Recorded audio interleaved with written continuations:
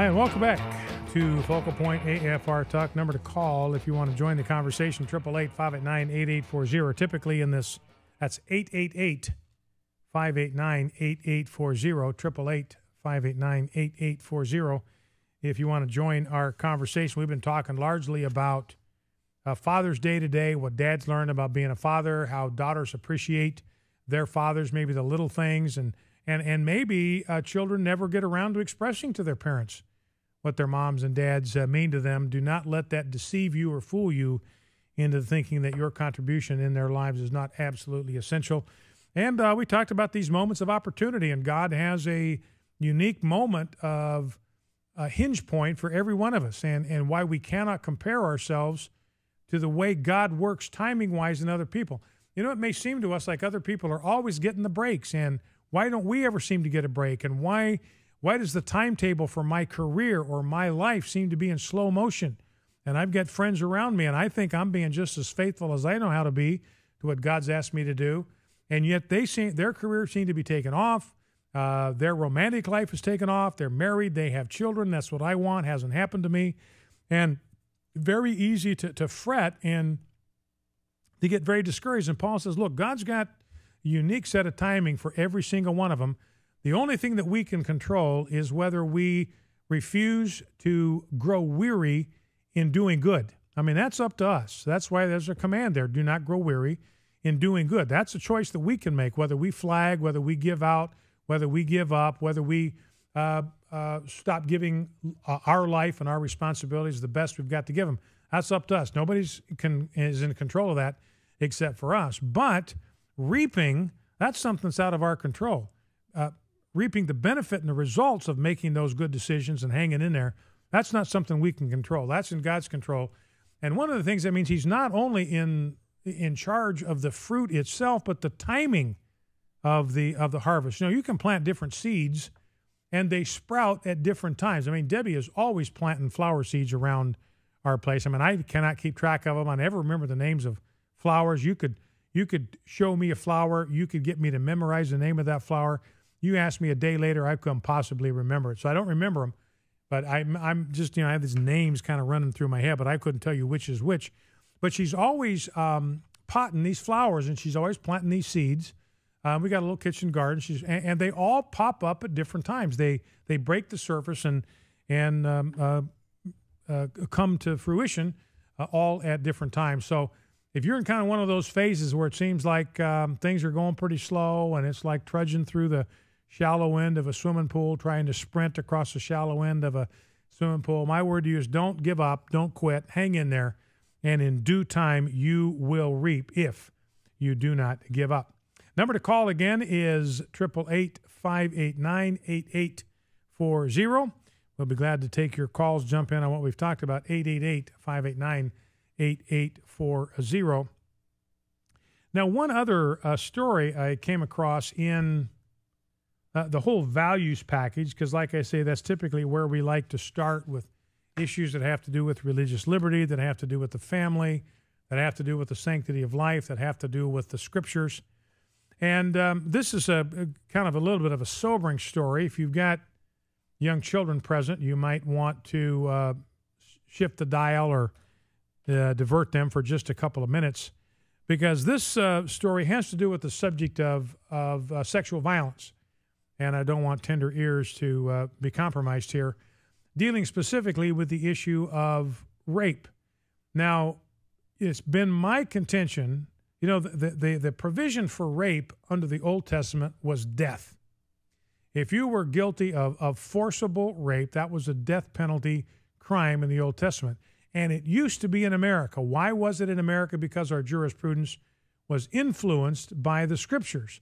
And we took a lot of lessons from the Mosaic Code, from the criminal code and civil code of ancient Israel. We didn't slavishly imitate it, but we took a lot of principles and a lot of concepts and even a lot of specific and quite pragmatic applications right out of the law code of ancient Israel. And it's my conviction that we should consider rape, especially, I think, rape of a child, to me, ought to be a death penalty. Forcible penetration of a child, to me, as a no-brainer, that's death penalty. We just have to get rid of that leaven out of our midst. We can't tolerate that. We can't let that go unpunished. We can't send a message to our society that that's something that you can do and get away with and not pay the ultimate penalty. And I think the same thing ought to be true for rape. We ought to have that kind of value that we place on the sexual integrity of the females in our world. Some people suggest surgical castration. I'm completely fine with that. I suggested that as a penalty for child molesters in particular. Most people would probably be okay with that. Castration pretty much eliminates the sex drive. It drops the recidivism rate down to 1 or 2%. Capacity is still there, but the desire is virtually gone. So that strikes me as an alternative that's worth thinking about if death penalty seems too extreme, or mandatory life, no parole. If we just don't, if we're too squeamish to actually insist on the ultimate penalty, then let's just lock somebody up away for life so our children and our women are protected for them for the rest of their life. Now, with that as a backstory, imagine how it'd be to live in this community, Deluz, California. There's a guy there that's just moved there by the name of Barrett Littleton, and this Barrett Littleton now was moved into Deluz, California, or Deluz, California. I don't know how you say it. Probably Deluz, California. And he moved into that community, and nobody was told. Nobody was informed that he had moved into their community, despite the fact that the law requires that a community be informed, because he was a sex offender. And not just a sex offender, he'd been in prison for 24 years for attacks on 7 women, one of them a minor under the age of 14, going clear back to 1986. And he moved to this small community in California, Deluz, just about a month ago. Now, the residents have just found out about this guy's past, his sexual history, and they are outraged, as they have every right to be, that they were not notified.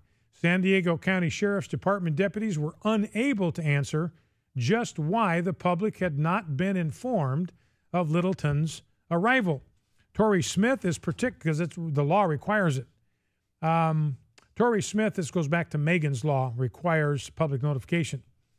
Torrey Smith is particularly concerned considering Littleton uses her driveway and gate to get to his house. I've lived here for 21 years. I've always felt safe. Now I don't feel safe. I feel like I need a loaded gun next to my bed every night. She also claims he has made an indirect threat to her and yelled at her for blocking the driveway. So that's why you exact the ultimate penalty. Because if you have anything short of either life imprisonment or the death penalty, then this guy's going to be released back into society, and it instills fear in everyone, every female that is anywhere in his vicinity. And to me, that's inexcusable that this Torrey Smith should be the one that has to live in fear rather than the rapist who is now her next-door neighbor. All right, 888-589-8840 is the number, 888-589-8840. Let's go to Harold in Oklahoma City, Oklahoma. Harold, welcome to Focal Point. What's on your mind? Hi, Brian. Hope you had a good Father's Day or a great Father's Day. I did very much. Thank you. I just wanted to make a quick comment. That's just my observation on our earthly fathers. You know, there's Christians I've met, and I've been through it myself. Grew up without a dad, and sometimes, especially Christian men, but it happens with Christian women also, get muddled and confused when things happen that they compare God to their earthly father. Maybe that father abandoned them, abused them, whatever it might be. And I'd just like to encourage, especially if you have young listeners, don't make that mistake. I made that mistake early in my Christian walk, and it makes a world of difference when you flood your mind with the Scriptures and realize that, you know, earthly father is a human being, which means that they're susceptible to sin, and we live in a fallen world, but God is perfect. So that was all my comment was, just encourage people that maybe they didn't have such a great Father's Day for that reason, but, you know, God, He hasn't forgot you or you know, turned His back on you no matter what your earthly father might have done.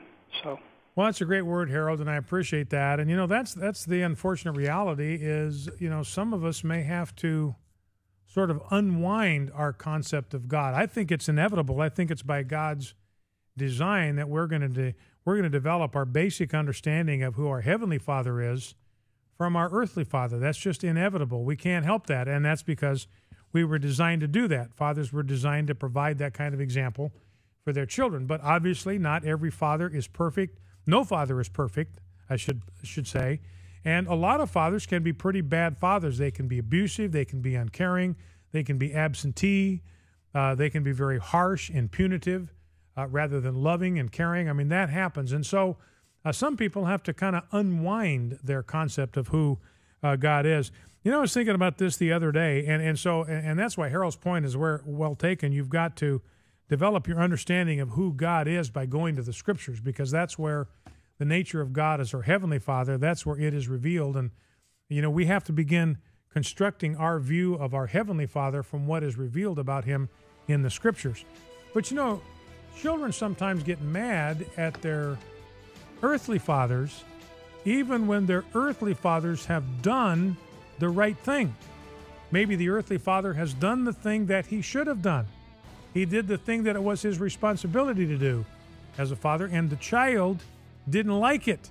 And the child gets angry with the father, but it's not the father's fault, it's the child's immaturity. So just the fact that a child is angry with his or her father does not automatically mean that the father is to blame or that the father is a bad father.